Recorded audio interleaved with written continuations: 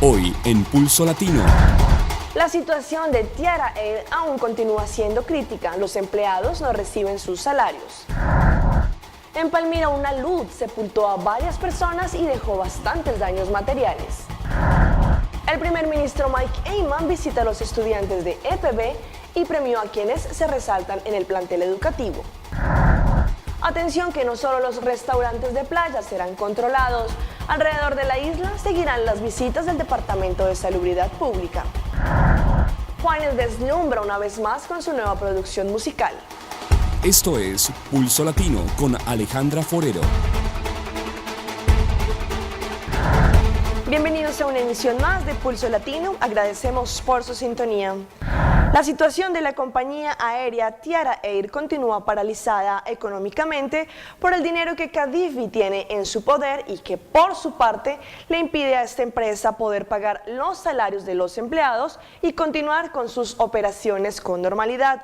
El caso es que hay una gran parte de trabajadores que aún por iniciativa propia están realizando sus labores sin un pago remunerado, pero hay otros que desistieron y no están laborando más. Tiara Air continúa teniendo problemas con los pagos a sus trabajadores, a pesar que aún continúa realizando sus operaciones no de la misma forma en la que la hacía antes, ya que ahora solo cuenta con un vuelo a punto fijo y 2 vuelos por semana a Maracaibo.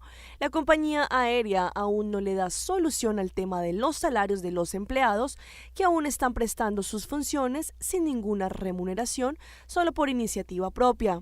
Tiara Air aún no ha podido solucionar la deuda que tiene por la retención del dinero en Cadivi y por consecuencia cumplir con los pagos y continuar con las operaciones a cabalidad. Algunos meses atrás el Parlamento de Aruba en concesión aprobó una suma de 1 millón de florines para ayudar a salvar la compañía aérea de la suma pendiente. Seguramente esto fue un gran alivio, pero sin embargo no ultima la situación por la cual atraviesa Tiara Air. Finalmente, aún los trabajadores que siguen al pie de sus funciones esperan que la situación al menos se normalice para que puedan recibir sus salarios y de esta forma tener para cumplir con sus funciones. En El Salvador, un helicóptero cayó a tierra en la zona de San Marcos. El saldo que dejó fue una persona muerta y 3 personas heridas. Entre estas, un camarógrafo del noticiero Hechos, un periodista extranjero y un piloto. Graciela Rajo tiene los detalles de este accidente que ocurrió durante la cobertura de la Vuelta Ciclista Femenina 2014. Estas son las imágenes del preciso instante en que la aeronave comenzó a tener problemas. Suspendido entre los árboles quedó el helicóptero Robinson 44, que se precipitó a tierra unos minutos después de despegar. No vengan más abajo. Hizo una vuelta, de ahí bajó y estuvo ahí encendido un rato. De ahí quiso subir, pero empezó a dar vueltas en bajito. Así, vueltas. De ahí se levantó y vino aquí por la orilla y se dio un solo después. El helicóptero cayó cerca del río Matalapa, detrás de la comunidad San Antonio 3 en San Marcos. La policía, cuerpo de bomberos y población civil lucharon para rescatar a los tripulantes que se encontraban atrapados entre los hierros retorcidos a varios metros de altura.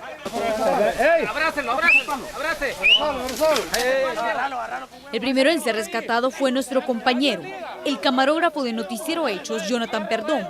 En esta labor participaron socorristas, bomberos y residentes de la zona. Jonathan, a pesar de encontrarse con múltiples lesiones, aún pensaba en cuidar su herramienta de trabajo. Más que todo cargado, lo hemos traído en la espalda hasta este lugar. Aquí lo subió el carro patrulla y se lo llevó para el hospital. Los minutos transcurrían y los rescatistas sentían alivio al escuchar la voz de 2 tripulantes más que se mantenían con vida. No agarren la cuerda, denle la mano al compañero. Lograron el rescate del periodista suizo Mel Morder, a quien vemos en estas imágenes, quien también sufrió golpes y laceraciones. Minutos más tarde, el piloto de la aeronave Raúl Arévalo también fue rescatado de los restos de la nave. Fue necesario utilizar equipo de rescate vertical, equipo pesado de nuestras unidades, equipo de rescate vehicular. Pero sí, cabe destacar la buena labor desempeñada por todas las entidades que trabajamos en este rescate. Pero no todos corrieron con la misma suerte. Había un atrapado más. David Díaz, director junior de Radio Fiesta. Sin embargo, él tenía destinado este día darle cobertura periodística aérea. Una persona ya fallecida, contaminada con lo que es el fuselaje del helicóptero y un árbol de mango. Tras conocerse la noticia, los familiares y amigos de David Díaz esperaban con angustia. Ellos abrigaban la esperanza que sobreviviera, pero el tiempo confirmó el saldo fatal. Jefaturas de Radio Fiesta y Cuerpo Radio Estéreo lamentaron la muerte de Díaz. No solo un pésame, todo el apoyo para la familia, para los amigos, para todo el apoyo que él se merece. Déjame decirte que él era un gran muchacho, de verdad. Fue mi asistente en 11 años. Es dolorosísimo esto. Las horas siguientes fueron de dolor y para las autoridades el inicio de una investigación. A la escena llegó incluso el fiscal general de la República y técnicos de Aeronáutica Civil. Por ahora, solo existen hipótesis de lo que pudo provocar esta tragedia que viene a empañar un evento que busca fomentar el deporte. Los resultados de la investigación no se sabe en cuánto tiempo podrían conocerse. Graciela Rajo, Noticiero Hechos. Atención que se presentó un derrumbe en Colombia que deja hasta el momento un saldo de 2 personas muertas y 4 desaparecidos en Palmira, Valle del Cauca. También hay reportes sobre una emergencia similar en Bucaramanga. Tenemos imágenes de esta emergencia. Este desgarrador testimonio fílmico fue grabado por Rubén Darío Jiménez en el momento en el que un gigantesco alud arrasa la casa en la que se hallaban sus padres. Relata que en la casa había numerosas personas. El frente estaba derrumbando piedra, pero nadie se percató de eso. Cuando de un momento a otro se vino toda esa tajada y se llevó toda la casa completa, llevó a mi papá, a 2 vecinos de ahí que lo estaban colaborando, pues desayunando. 2 personas murieron, reportó el capitán William Moya, comandante de bomberos de Palmira. Se prevé que hay unas 2 o 3 personas más ahí y 2 que el derrumbe las llevó hacia el río. Estas otras imágenes muestran cuando los bomberos junto con integrantes de la comunidad bajan el cuerpo de una de las víctimas. El CTI de la Fiscalía se desplazó al lugar para hacer el levantamiento de los cuerpos, mientras en el lugar se espera el envío de maquinaria pesada para buscar a los desaparecidos.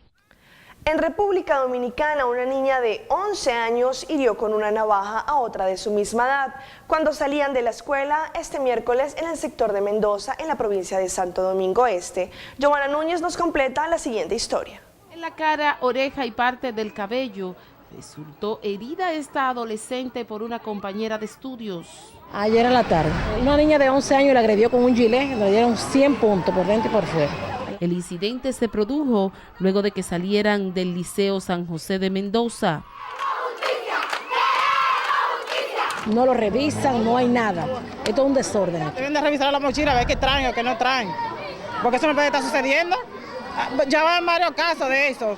Y también puede seguir sucediendo, porque como sucedió ayer con otro, hoy con la mía, también puede suceder con otro más. Ella no puede seguir estudiando aquí. Ni ella ni la prima que le dio la gilet para que cortara a mi hija. Deben de suspenderla a las 2. Aunque el hecho no ocurrió dentro del liceo, algunas madres denuncian que los niños entran al centro de estudios con distintos tipos de armas, versión desmentida por la dirección de la escuela. Pero aquí no tenemos mayores problemas de casos que vienen armados y hieren algún... No. Cuando viene a ver, matan a un muchacho inocente, porque una niña de 11 años, mira cómo tiene en la cara, y eso no puede seguir así. Las autoridades del liceo negaron además que incidentes de esta naturaleza ocurran con frecuencia. Aunque el hecho no ocurrió dentro del liceo, la dirección informó que tomará medidas para que este tipo de incidentes no ocurra dentro del plantel. Giovanna Núñez, Noticias SN.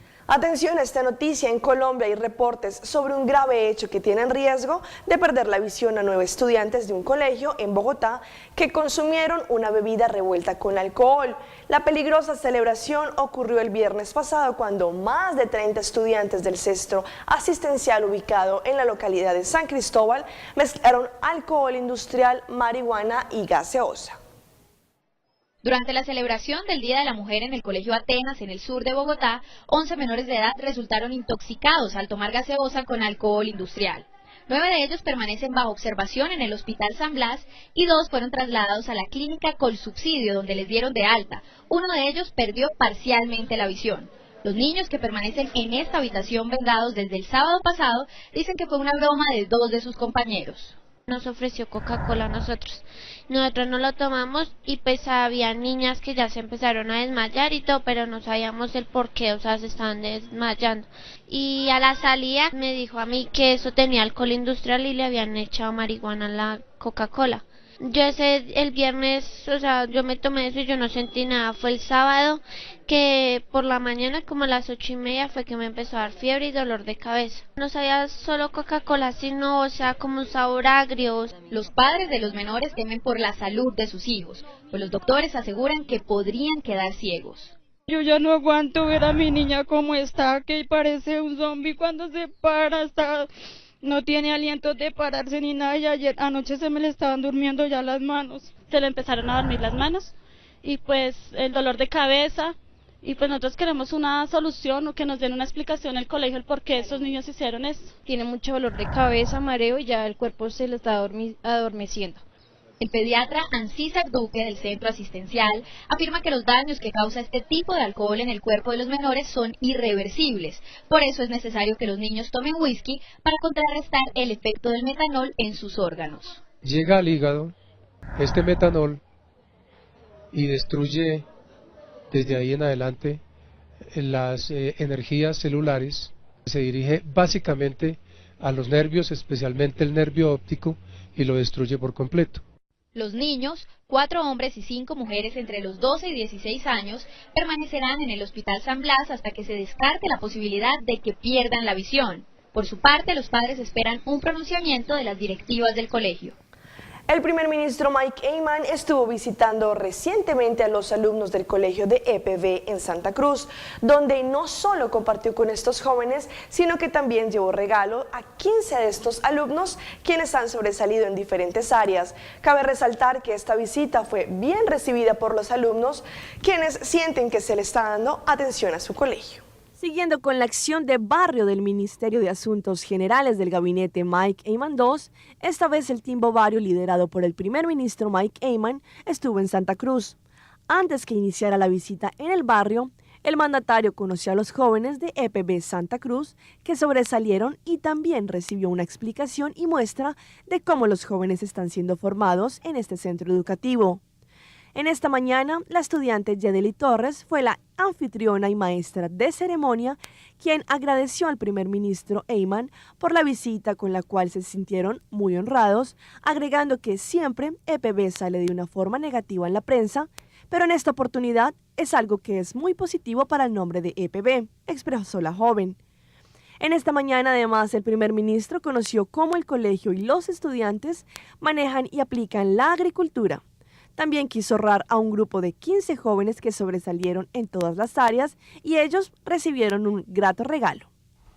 Vamos a un corte comercial, pero ya regresamos con más información aquí en Pulso Latino. Al regreso.